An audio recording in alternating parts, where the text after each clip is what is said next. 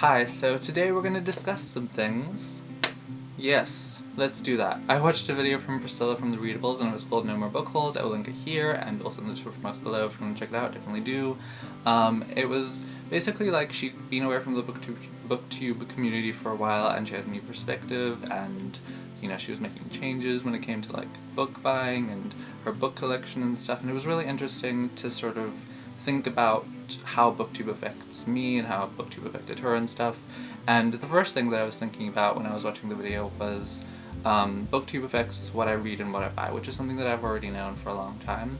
Booktube affects what I read because I get a lot of recommendations from Booktube. There are a lot of really popular, really hyped books that I sometimes try not to read because I'm like, hey, it's too hyped, don't wanna get into that, but then it's like, it sounds so interesting, I just have to read it. So it definitely affects the books that I read, and I read more because of Booktube, which is great. I also buy more books because of Booktube, and again, the books that I'm buying are books that I get recommended from you guys. But the thing that I was thinking about when I was watching your video that was sort of deeper than that is that I think Booktube has affected the value that I get from those things. So the clearest example I have of this is when I'm reading a book that I'm not really liking that much, but I keep reading it because I want to do a review of it, and I'm excited to talk to you guys and to be critical and to just share my feelings and to know what you guys think about it and to know like if we have a similar response. A book that I would normally just stop reading, I continue to read. I change my behavior that I would have had before Booktube because of the fact that I really like talking to you guys about it, and I am excited to share my thoughts. And negative book reviews can be a lot of fun. I know a lot of people don't like doing them. I do like doing them. I think they can be a lot of fun, and I don't know, I always have more negative things to say about a book, even if I've really liked it. So those are the things that I like to talk about, I guess. And that's a good thing because, a book that I wasn't enjoying, I still get an enjoyable experience from it. So I do think that that shows how the value of that book and that experience has changed, or like something has been added to it because of you guys. You guys are adding so much to my reading experience, and generally what I'm doing right now, talking about books, adds so much to my reading experience. And it also happens with good books as well. So I'll be reading a good book and I'll really enjoy it and I'll be like, I can't wait to talk to you guys about it. And that excitement, and then also the fact that I get to share with you guys, I think adds value to that experience.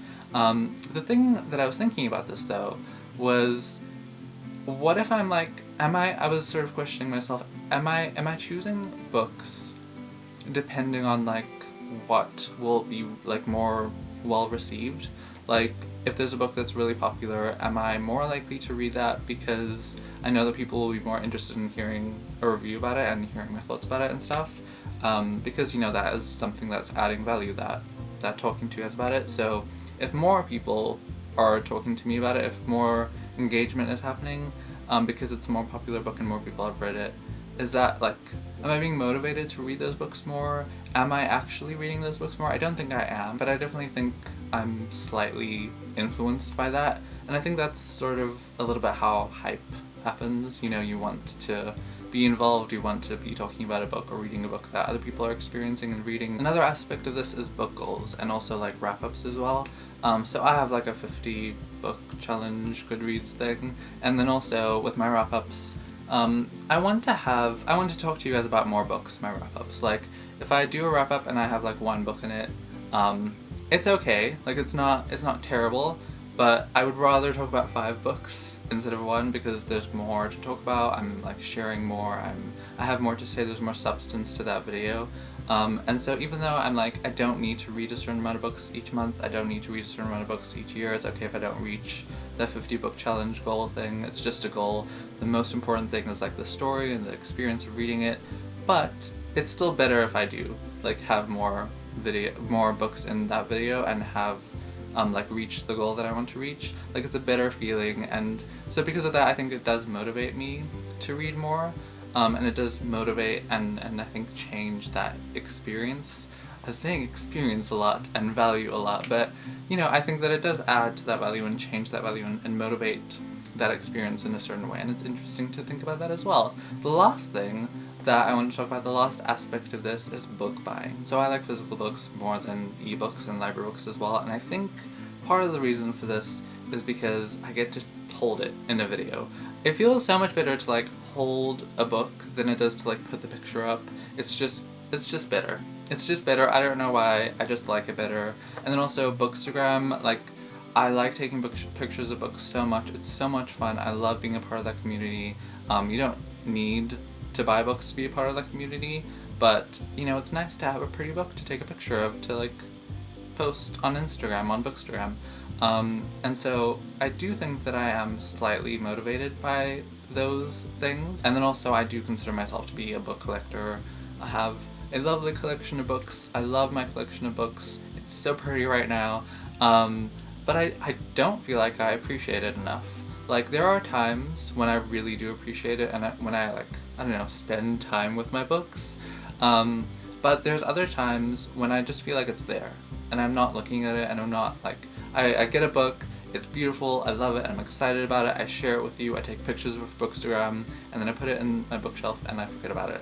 And, like, it's fine for me to be, I think, influenced by Bookstagram and by sharing the book with you and having it in my collection, but because those things are so temporary, I think I should be aware of them more. Like, all of those things happen really quickly.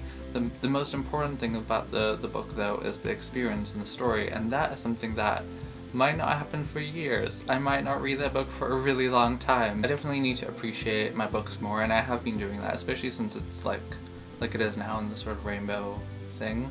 I have been looking at it more and, like, I don't know, I just feel like I've been appreciating my books in December, but at other times, definitely not. So I need to continue to appreciate and to just, like, I don't know, use, like, not even read. I don't need to just read because, you know, sometimes I don't feel like reading. I want to, like, look at them. You know, like, take a book out of my bookshelf that I haven't looked at in a while and just be like, hey, you're beautiful, and I have you, and that's cool. I want my collection to be something that I'm petting it from a distance a lot.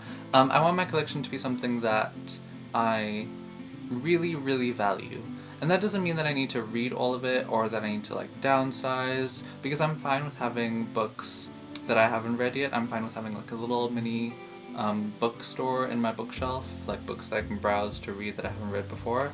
I'm fine with having that. I don't want to, like, have no books to read or no TBR books, but I definitely do want to value them and, like, I don't know, just not have them become just like a background thing in my room. I want them to, like, stand out as they do now. So that was my discussion. It's not necessarily, like, anything bad, but it's interesting, I think, to just sort of take a step back and think about how I'm being affected or influenced, or how my reading and how my book buying has changed from how it used to be. And yeah, it's interesting to sort of just be introspective and reflective. And yeah, definitely check out the Readables video and tell me in the comment section below if you are, like, affected by Booktube or about the book community that you're a part of, and I don't know, how has your reading or your book buying changed over the years? I would love to know. And yeah, just share all the books that you have. I hope you enjoyed this video, and I will see you next time. Bye!